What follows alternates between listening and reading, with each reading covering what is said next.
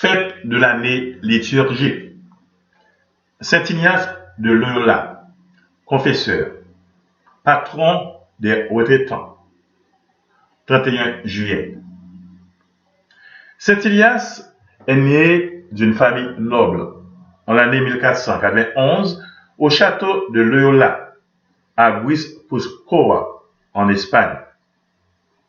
Il vit à la cour de Ferdinand V d'Aragon, époux d'Isabelle de Castille. Saint Ignace entra dans les armes et se distingua par sa bravoure.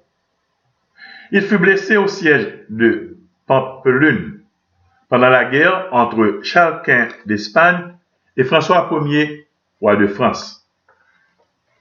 Durant sa convalescence, Ignace lut la vie des saints et passa d'une vie mondaine à une vie pieuse. Toute son existence fut dès lors entièrement consacrée à Dieu.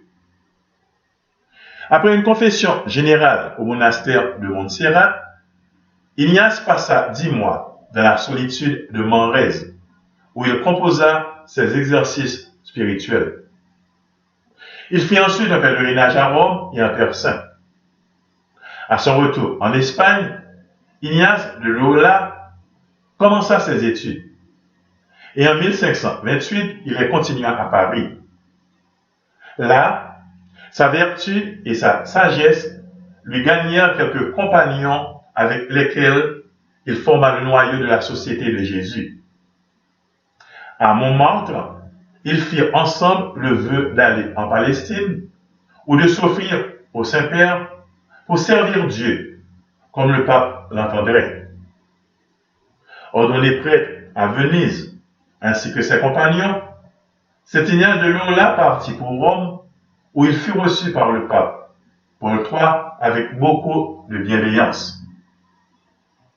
En 1540, le pape Paul III approuva la Société de Jésus. Elle fit aussitôt de rapides progrès et s'étendit jusqu'aux Indes et jusqu'au Brésil. Saint Ignace de Loyola établit sa résidence à Rome et gouverna sa société de cet endroit. C'est là qu'il devint l'ami de Saint Philippe de Néri. Saint Ignace de Loyola fut général de la Société de Jésus, les Jésuites, plus de 15 ans. Il mourut en l'année 1556. Prions. Ô Dieu, qui vous fait rayonner la gloire de votre nom, avez par le bienheureux Ignace donné à l'Église militante l'appui d'une nouvelle armée. Faites que fort de son secours et de ses exemples, nous combattions avec lui sur la terre, afin d'être couronnés avec lui dans le ciel. Amen.